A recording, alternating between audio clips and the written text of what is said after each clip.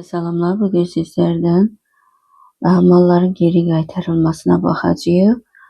Bu əsasən satılan malların, yəni alıcıdan malların geri qaytarılmasıdır. Yəni bizdən. Deməli, ilk öncə satış hissəsinin menüsuna daxil oluruq. Gəlin baxaq görək biz nə satmışıq. Gəlirik malların, xidmətlərin satışına. Bunu da 2 dəfə klikləyirik. Görürük ki, burada deməli biz kompüter satmışıq. Kimə satmışıq? Smart Office-ə satmışıq və birinin qiyməti 800 manatdır, miqdarı da 5 dənədir. Təsəvvür eləyək ki, Smart Office bu 5 dənədən ikisini geri qaytarır. Ola bilər ki, nəsə problem var və biz həmin o malların geri qaytarılmasını bir şeydə qeyd edəcəyik. Bunun üçün nə edirsiniz? Yenidən qayıdırıq satış menüsuna. Alıcıdan malların qaytarılmasına klikləyirsiniz. Əlavə etməni klikləyirsiniz. Satış komissiyasını klikləyirsiniz.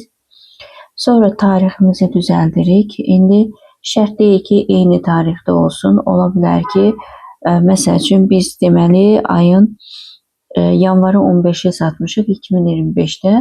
Ola bilər ki, fevral ayında bu geri qaytarıb. Onun üçün də biz fevral ayı da yaza bilərik. Gəlin yazaq 02 10 2025. Təsəvvür eləyək ki, fevralın 10-unda malımızın ikisini geri qaytarır. Sonra gəlirik burada ambarımızı seçirik. İndi bizim malımızın ambarı mal ambarı olduğuna görə ilk öncə öz papkamızı tapıb, daha sonra mal ambarını tapıb ora əlavə edirik. Sonra daha sonra gəlir kontragent, kimə biz təhvil verəcəyik, yəni kimdən qaytarır, kim qaytarır, onu qeyd etməliyik. Bunun üçün daxil oluruq, yenidən öz papkamıza, satış kontragentinə, Smart Office-i klikləyən kimi müqaviləsidə düşür. Sonra gəlir yükü boşaltmasına. Bunu da klikləyirik. Gördüyümüz kimi bu əsasən bizim malımızı necə satmamızdan asılıdır. Yəni biz əgər qaymə formasında satmışıqsa, o zamanı bunların hər hansı birini seçəcəyik. Malların daha çox malların xidmətlərin satışını seçirlər. Gördüyümüz kimi avtomatik olaraq bizim qaymamız var deyə həmin o qayməni klikləməklə avtomatik olaraq düşür. Əgər yoxdursa, o zamanı burada yenidən daxil olub bura əlavə etməni klikləməklə əlavə edə bilərsiniz. Bir sözlə yükü boşaltmanın bu hissə qaymə hissəsidir. Bildiyimiz kimi biz mal alışında, mal satışında realda qaymə ilə iş görürük deyə, ona görə də həmin o qayməni burada da qeyd etmək lazımdır.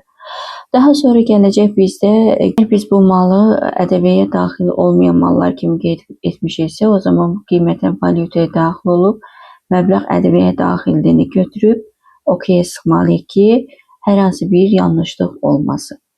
Ona görə ondan sonra gəlir mallarımızın daxil edilməsi. Daha sonra bunu doldurmayla da klikləyə bilərsiniz, seçməklə də və yaxud da üstə gəlməklə.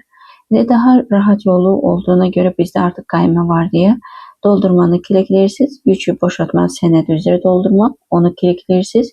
Gördüyünüz kimi avtomatik olaraq düşdü.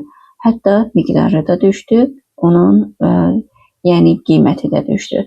İndi biz dedik ki, bu həmin Smart Office bizə onun ikisini qaytarır. Ona görə də biz ikisini yazacaq ki, yəni ikisini bizə geri qaytaracaq.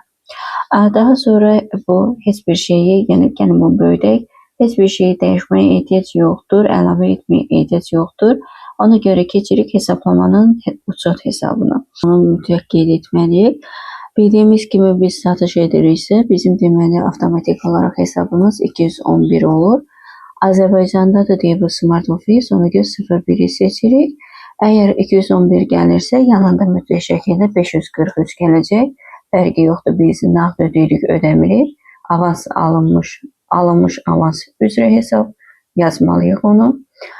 Daha sonra keçirik əlavələr hissəsinə. Gördüyümüz kimi avtomatik olaraq əlavə olunub. ƏDV hissəsinə gördüyümüz kimi artıq ƏDV hesabı da avtomatik olaraq əlavə olunub və hesab fakturasına da əgər varsa onu klikləyirsiniz və burada əlavə edirsiniz. İndi biz artıq əlavə etmişik deyə ona görə ehtiyac yoxdur. Sonra gəlir şərh hissəsinə. Şərh hissəsinə istəsəniz bu malların yükün boşaldılmasını klikləyib kopyalayıb şərh hissəsinə yapışdıra bilərsiniz. Və daha sonra başqa bir nəyisə əlavə etmirik və sonra OK sıxırıq. OK sıxandan sonra artıq bizim malımız geri qayıtmış oldu. İndi isə gəlin həmin o anbar və qaytarılmasına baxaq. Bunu DTK hissəsinə baxsaq, görürük ki, artıq bizdə avtomatik olaraq 701, 211 və 543-ümüzdə əlavə olundu və burada artıq göstərildi. Bu mənfi göstərilməsindən narahat olmayın. Nəyə görə? Çünki bizdə artıq həmin o mallarının silinmiş kimi hesab olunur. Ona görə də bu mənfi göstərir. Sonra gəlir ƏDV təqdim edilmiş hissəsinə də gördüyümüz kimi artıq burada nə qədər ƏDV-si varsa o şəkildə də göstərir. Bu oldu bizim mallarımızın geri qaytarılması. İndi həmin şəxsdən Smart Office-dən ki, artıq 2 dənə malı geri qaytardı bizə. Əlavə mal geri qaytarıldı. Həmin bu məbləği artıq bizim hesabımıza oturuzduracaq.